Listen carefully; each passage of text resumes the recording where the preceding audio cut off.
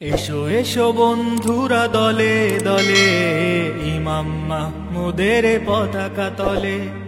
এসো এসো বন্ধুরা দলে দলে, ইমাম মাহমুদের পতাকা তলে।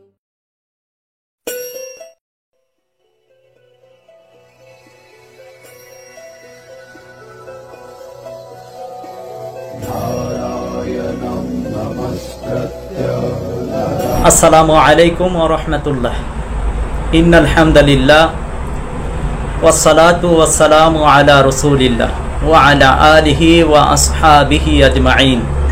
আম্মা বা'দু ফাআউযু বিল্লাহি মিনাশ শাইতানির রাজীম। বিসমিল্লাহির রহমানির রহিম।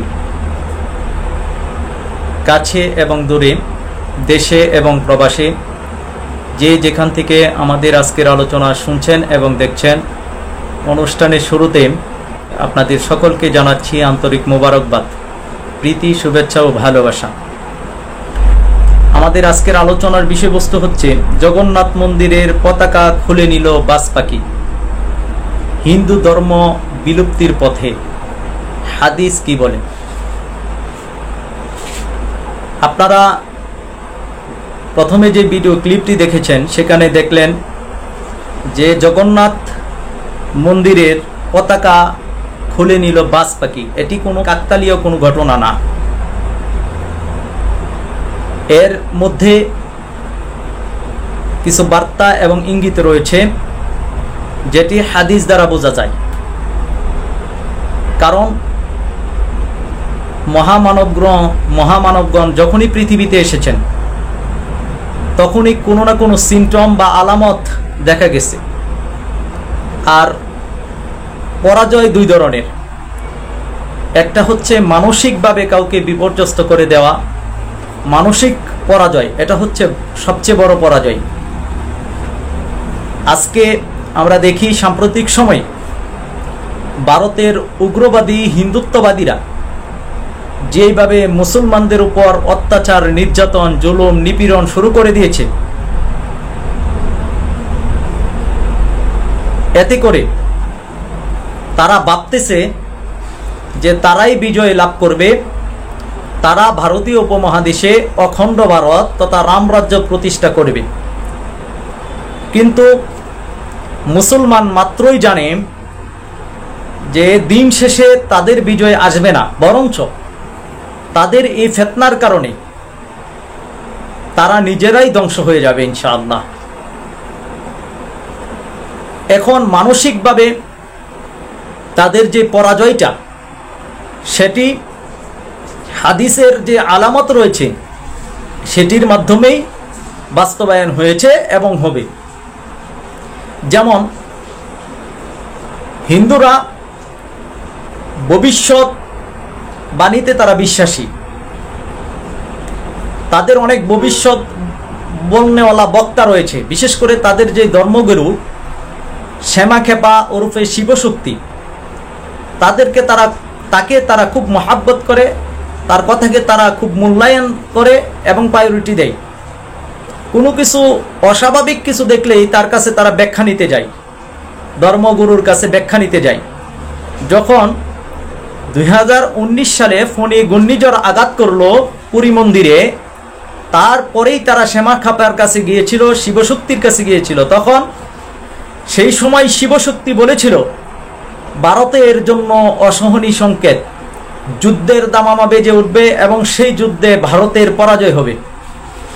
এরপর থেকে আপনারা যদি লক্ষ্য করেন, ভারতীয় উপমহাদেশে এক সময় ভারত সবার সাথেই ভালো সম্পর্ক রাখত, কিন্তু সাম্প্রতিক সময়ে দিন যত যাচ্ছে ভারত অস্থির হয়ে যাচ্ছে, চারপাশের বন্ধুগুলো শত্রুতে রূপান্তরিত হয়ে যাচ্ছে।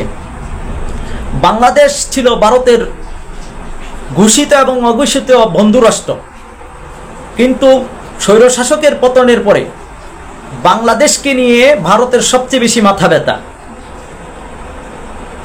ভারত এক শেখ হাসিনার পতনের পরেই বাংলাদেশের শত্রু রাষ্ট্রে পরিণত হয়ে গেছে।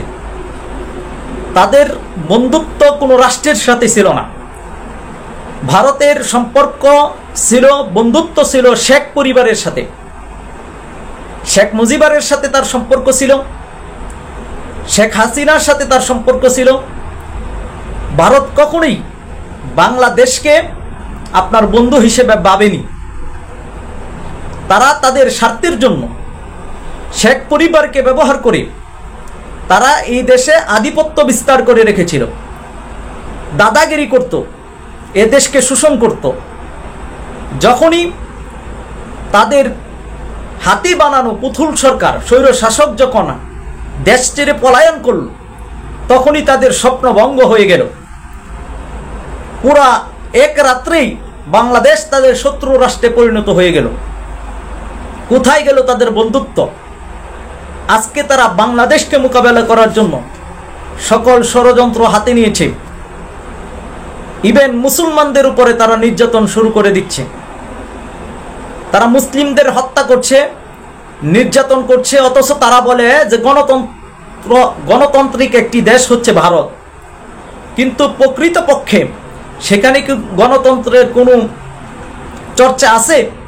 নাই। কারণ সংখ্যালঘু নির্যাতনের কথা তারাই বলে। তারা দেখবেন খুব জোরে সুরে বলে বাংলাদেশে সংখ্যালঘু নির্যাতন হয়, অথচ ভারতের মধ্যে যে দেখা যাচ্ছে তারা প্রকাশ্যভাবে মুসলমানদের উপর নির্যাতন করছে।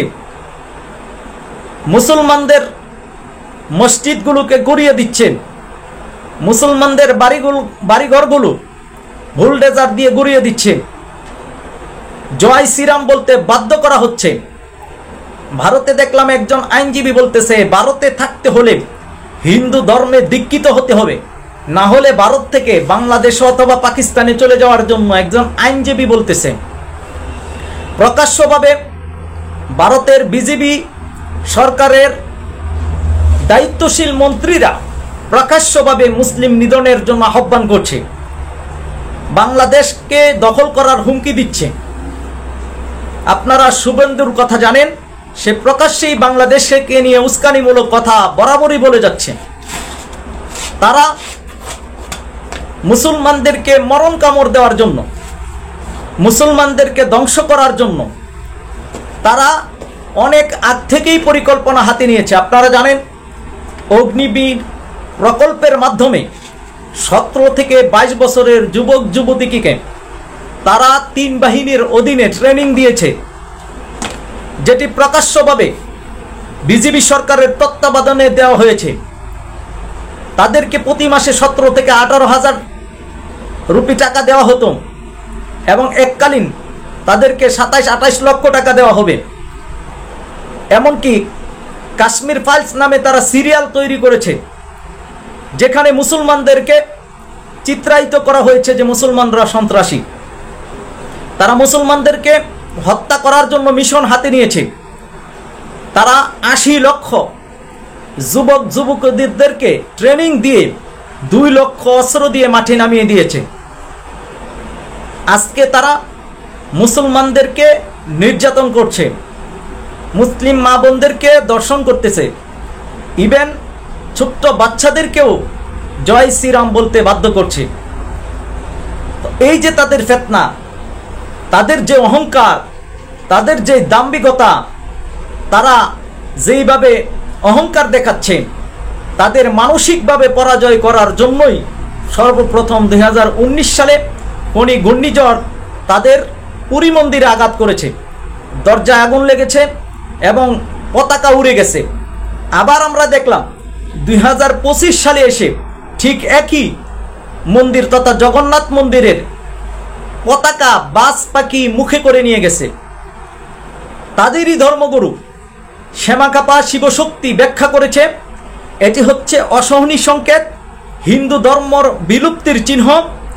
এখানে এটি সরাসরি হাদিসের মধ্যেও রয়েছে। যেমনটি আপনারা আজিফাতিল আজিফা গ্রন্থটি যদি পড়েন, যেখানে খতিবে বাগদাদি 83 নম্বর হাদিস শরীফের মধ্যে হুযায়ফা ইবনে ইয়ামান রাদিয়াল্লাহু তাআলা আনহু থেকে বর্ণিত সেই হাদিসটি এনেছেন, যেখানে হুযায়ফা ইবনে ইয়ামান রাদিয়াল্লাহু তাআলা আনহু বলেন যে আমি আল্লাহর রাসূল সাল্লাল্লাহু আলাইহি সাল্লামকে বলতে শুনেছি, মানুষের জীবন এমন একটি সময় আসবে যখন তারা বছরে কয়েকবার বিপর্যস্ত হবে। এর একটি শুরু হবে বায়ু দ্বারা, হিন্দুদের দুর্গ ক্ষতিগ্রস্তের মাধ্যমে, আর শেষ হবে দুর্ভিক্ষের মাধ্যমে। আর এই দুর্ভিক্ষ শেষ না হতেই মুশরিকরা একটি ফিতনার সৃষ্টি করবে, আর সেই ফিতনা মোকাবেলার জন্য হিন্দুস্তানের পূর্বাঞ্চল থেকে একদল মুসলিম দাবিত হবে। আর মুশরিকরা তাদেরকে এমনভাবে হত্যা করবে যেমনভাবে তোমরা নির্দিষ্ট দিনে দিনে পশুগুলোর উপর আল্লাহর নাম স্মরণ করো, ফলে তারা পরাজিত হয়ে যাবে। অনুরূপ আরেকটি দল মুশরিকদের দিকে দাবিত হবে, তাদের সাথে থাকবে আল্লাহর সাহায্য, তাদের নেতা হবে দুর্বল, তারাই বিজয়ী, তারাই বিজয়ী, তারাই বিজয়ী। সুবহানাল্লাহ। আল্লাহ রাসূল বলছেন, আহা, প্রথম দলটির জন্য কতই না উত্তম হতো যদি তারা তাদের নেতার অনুসরণ করত। সাহাবী বললেন, ইয়া রাসূলুল্লাহ সাল্লাল্লাহু আলাইহি ওয়াসাল্লাম, তারা কি তাদের নেতার অনুসরণ করবে না? আল্লাহ রাসূল সাল্লাল্লাহু আলাইহি সাল্লাম বলছেন, না, লিআন্নাহু আহলা, না, তারা নিজেরাই নিজেদেরকে যোগ্য মনে করবে। আজকে আমরা হাদিসটি বাস্তবে দেখলাম যে অক্ষরে অক্ষরে হাদিসের প্রতিটি শব্দ, প্রতিটি কওল, প্রতিটি বাক্য আজকে বাস্তবায়ন হচ্ছে। 2019 সালে ফণী ঘূর্ণিঝড়ের আঘাত সর্বপ্রথম পুরী মন্দিরে করা হয়েছে, দরজায় আগুন লেগেছে। এরপরেই দেখলাম যে কয়েকবার বিপর্যস্ত, সেই বছরটাই দেখলাম আমরা করোনা ভাইরাস, দুর্ভিক্ষ, এরপরে দুর্ভিক্ষ দেখা দিল শ্রীলঙ্কা। হিন্দুস্তানের মধ্যেই একটি দেশ, যেমনটি হুযায়ফা ইবনে ইয়ামান রাদিয়াল্লাহু তাআলা আনহুর হাদিস, অপর হাদিসে বর্ণনা এসেছে অদূর ভবিষ্যতে একটি মহামারীর প্রাদুর্ভাব হবে, আর এই মহামারী শেষ না হতেই একটি দুর্ভিক্ষ দেখা দিবে। তো আমরা দেখলাম সেই দুর্ভিক্ষটা হচ্ছে শ্রীলঙ্কা। শ্রীলঙ্কা কি হলো? দেশ দেউলিয়া হয়ে গেল। এরপর থেকেই দিন দিন দুর্ভিক্ষ ব্যাপক আকার ধারণ করতেছে, এবং সামনে যে এটি আরো ব্যাপক আকার ধারণ করবে সেটি আজকে দিবালোকের ন্যায় সুস্পষ্ট। সম্মানিত দর্শক ও শ্রোতা, এই হাদিসটি অত্যন্ত গুরুত্বপূর্ণ একটি হাদিস, যেখানে বলা হয়েছে যে দুর্ভিক্ষ দেখা দিবে। এরপরই হিন্দুস্তানের মুশরিকরা এক ফিতনার সৃষ্টি করবে। আজকে আমরা দেখছি ফিতনা, ভারতেও সেই ফিতনা, বাংলাদেশের ভিতরে সেই ফিতনা তৈরি করতে চাচ্ছে। গত 2 দিন হলো আপনারা জানেন, লালমনির হাটে বাংলাদেশের ভিতরে ঢুকে 10 থেকে 12 জন উগ্র হিন্দুত্ববাদীর লোকেরা একজন যুবককে ধরে নিয়ে বেড়ার সাথে বেঁধে নির্যাতন করেছে, এরপরে বিএসএফ এর হাতে উঠিয়ে দিয়েছে। এই যে দেখেন ফিতনা, তারা বাংলাদেশের ভিতরে ঢুকে যুবককে ধরে নিয়ে যাচ্ছে, বাংলাদেশের ঘাস কেটে দিচ্ছে। বাংলাদেশের ভিতরে তারা এই দেশেরই কিছু স্বার্থলোভী, ক্ষমতালোভী, নামদারি মুসলমানদেরকে দিয়ে এক ভয়ঙ্কর ফিতনা বাস্তবায়ন করতে যাচ্ছে, যেটি তারা ভিতরে ভিতরে বড় ধরনের প্রিপারেশন নিয়ে নিয়েছে যে তারা এক ফিতনার সৃষ্টি করবে, যেটি আপনারা খুব সাম্প্রতিক সময়ে ইনশাল্লাহ দেখবেন। এখানে উগ্র হিন্দুত্ববাদীদের সাপোর্টার যারা আছে, বাংলাদেশের যারা ইসকন সদস্য রয়েছে, যারা আরএসএস এর সমর্থক রয়েছে, তারাও এক ফিতনা সৃষ্টি করতে চাচ্ছে। তারা বড় ধরনের পরিকল্পনা নিয়ে এগুচ্ছে এবং সেটি বাস্তবায়ন করার জন্য একেবারে ধার প্রান্তে আছে। এই হাদিসটির মধ্যে বলা হয়েছে তারা এক ফিতনা সৃষ্টি করবে। আমরা আজকে দেখতেছি ভারতে এই ফিতনা, বাংলাদেশে এই ফিতনা তৈরি হচ্ছে। আর সেই ফিতনা মোকাবেলার জন্য হিন্দুস্তানের পূর্বাঞ্চল থেকে এক দল মুসলিম দাবিত হবে, আর মুশরিকরা তাদেরকে এমনভাবে হত্যা করবে যেমনভাবে তোমরা একটি নির্দিষ্ট দিনে পশুগুলোর উপর আল্লাহর নাম স্মরণ করো, ফলে তারা পরাজিত হয়ে যাবে। আজকে এই হাদিসের এই অংশটুকু আমরা দেখতেছি বাস্তবায়নের পথে। আজকে দেখবেন এদেশের আলেম ওলামা থেকে শুরু করে আবেগী মুসলমানেরা আপনার ইসরায়েলের বিরুদ্ধে বড় গণজমায়েত করেছেন। তারা আবার ঘোষণা দিয়েছে ভারতের বিরুদ্ধে তারা গণজমায়েত করবে, লং মার্চ করবে। আসলে এটি সুস্থ মস্তিষ্ক সম্পন্ন মানুষ এত ভয়ঙ্কর সিদ্ধান্ত, আত্মঘাতী সিদ্ধান্ত নিতে পারে না। এর কারণ হচ্ছে যে শত্রুকে আপনি সুযোগ করে দিচ্ছেন। কিরকম?